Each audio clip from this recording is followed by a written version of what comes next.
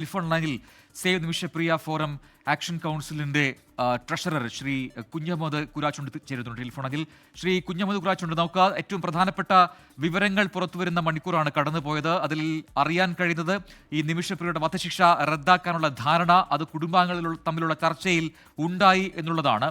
നമുക്കിനി അറിയേണ്ടത് എന്താണ് അടുത്ത നടപടിക്രമങ്ങൾ എന്നുള്ളതാണ്.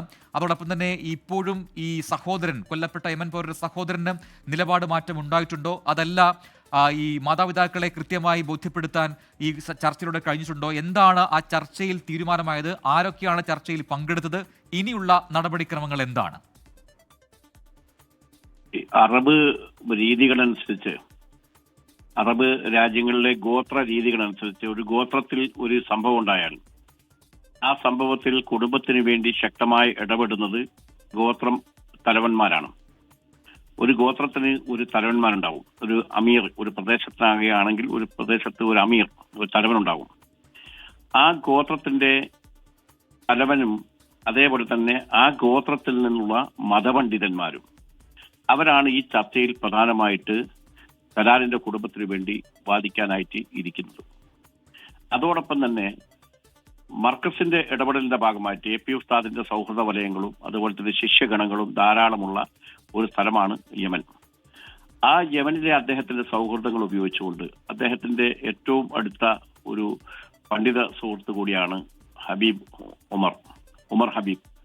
അദ്ദേഹത്തോടാണ് AP ഉസ്താദ് ഈ കാര്യത്തിൽ ഞങ്ങളെ സഹായിക്കണം, ഒരു സഹോദരി നിങ്ങളുടെ രാജ്യത്തെ ജയിലിൽ വധശിക്ഷ കാത്തു കഴിയുകയാണ്, അവരെ മോചിപ്പിക്കാൻ ആവശ്യമായിട്ടുള്ള ഇസ്ലാമിക ശരീഅത്ത് നിയമപ്രകാരമുള്ള കാര്യങ്ങൾ ചെയ്തു കൊടുത്തുകൊണ്ട് അവർക്ക് ഒരു മാപ്പ് വാങ്ങിക്കൊടുക്കുന്ന കാര്യത്തിൽ ഉത്സാഹിക്കണമെന്ന് അഭ്യർത്ഥന നടത്തിയത്.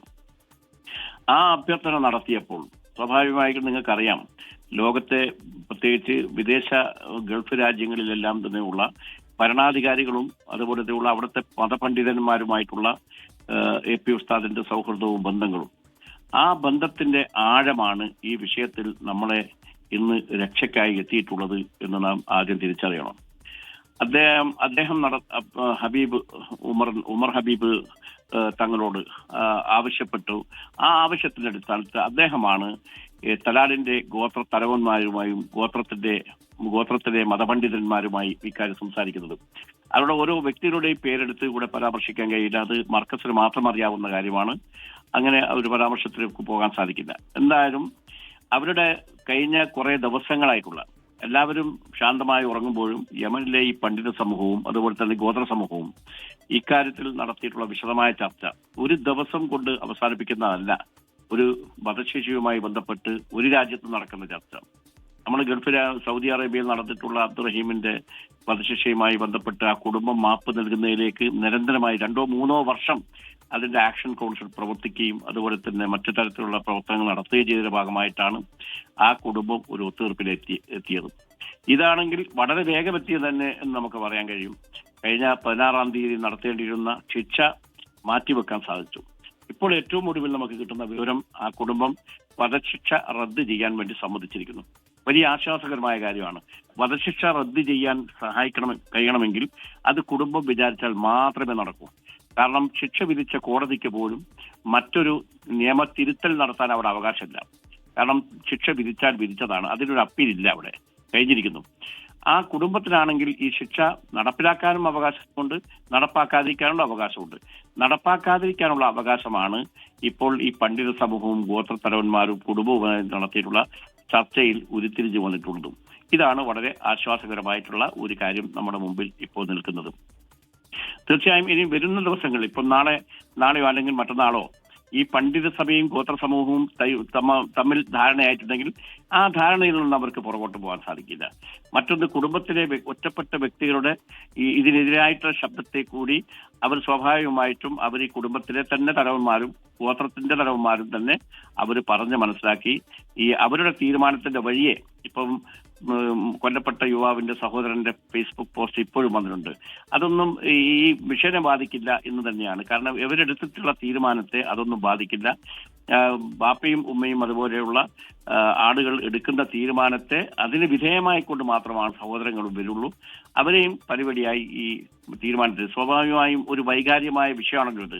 ഈ വൈകാര്യമായ വിഷയത്തിൽ സഹോദരൻ വൈകാര്യമായി പ്രതികരിക്കുന്നതിലോ അദ്ദേഹത്തിന്റെ ആഗ്രഹം പ്രഖ്യാപിക്കുന്നതിലോ ഒരു തെറ്റുമില്ല. സ്വാഭാവികമായിട്ടും അത് ആ വൈകാര്യമായി പ്രതികരിക്കുന്ന ആ സഹോദരൻ കൂടി. ശ്രീ കുഞ്ഞഹമ്മദ് കുരാച്ചുണ്ട്, താങ്കൾക്ക് ഈ അവിടുത്തെ യമനിലെ നിയമവ്യവസ്ഥയെക്കുറിച്ചും ഒക്കെ ധാരണകളുണ്ട് ചോദിക്കട്ടെ. ഇനിയിപ്പോൾ ഈ കോടതിയിലേക്ക് സ്വാഭാവികമായിട്ടും ഈ കുടുംബവുമായി ഉണ്ടാക്കിയ ധാരണ എത്തും, അത് വരും ദിവസങ്ങളിൽ എത്തുമെന്ന് നമ്മൾ പ്രതീക്ഷിക്കുന്നു. പക്ഷേ ആ സമയത്ത് നമ്മുടെ ഇവിടെയൊക്കെ കാണുന്നത് പോലെ ഒരു അപ്പീൽ അത് ഈ സഹോദരൻ നൽകാൻ കഴിയുമോ അവിടുത്തെ നിയമവ്യവസ്ഥ അനുസരിച്ച്? എനിക്കത് അറിയില്ല, അതുകൊണ്ടാണ് താങ്കളോട് ചോദിക്കുന്നത്. സഹോദരൻ ഇക്കാര്യത്തിൽ എടുക്കുന്ന സഹോദരനേക്കാൾ ഏറെ ബാപ്പയ്ക്കാണ് ഇതിൽ റോളുണ്ടാകുക. ബാപ്പയാണ് ഒരു കുടുംബത്തിന്റെ പരമാധികാരി രക്ഷാധികാരിയായിട്ടുള്ളത്. അപ്പം ബാപ്പ നൽകുന്നുള്ള അപേക്ഷയ്ക്കാണ് അവിടെ മുന്തിയ പരിഗണന വരിക. മാത്രമല്ല അങ്ങനെ ഒരു ചർച്ചയിലേക്ക് പോകേണ്ടി വരും എന്ന് തോന്നുന്നില്ല.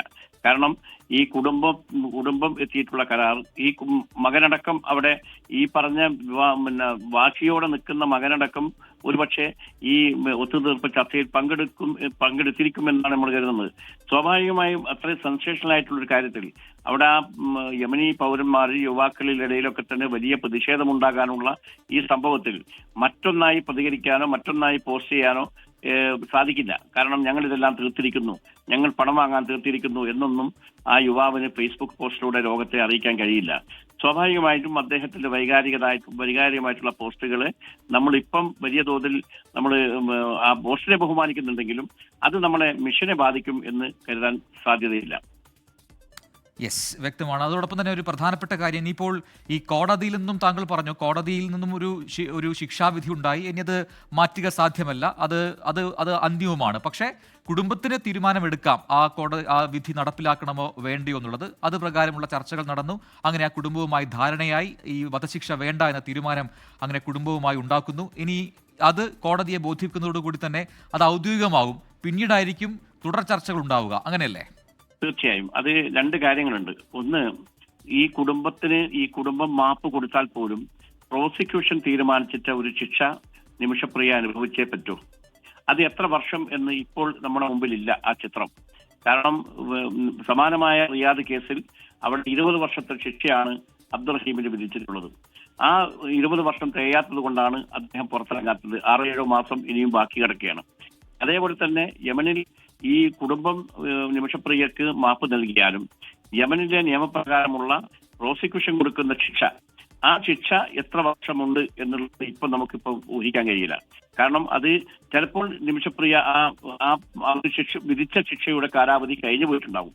അല്ലെങ്കിൽ ഈ വധശിക്ഷ റദ്ദാക്കുന്നതോടുകൂടി അതിനുള്ള റദ്ദാക്കാനുള്ള കാര്യങ്ങൾ പ്രോസിക്യൂഷന്റെ അടുത്തേക്ക് അല്ലെങ്കിൽ ശിക്ഷ വിധിച്ച കോടതിയിലേക്ക് കുടുംബം എത്തുന്നതോടുകൂടി അതിനാവശ്യമായുള്ള എത്ര വർഷം ശിക്ഷ എന്ന് ആ കോടതിയായിരിക്കും തീരുമാനിക്കുക. ഇത്ര വർഷത്തെ ശിക്ഷ, അതൊരു പക്ഷേ 10 വർഷം ശിക്ഷ വിധിച്ചിട്ടുണ്ടെങ്കിൽ ആ ശിക്ഷയിൽ നിന്ന് ഇപ്പോൾ കടന്നിട്ടുള്ള ജയിൽ ശിക്ഷ കഴിച്ച് ബാക്കി മാത്രം അവർ അനുഭവിച്ചാൽ മതിയാവും.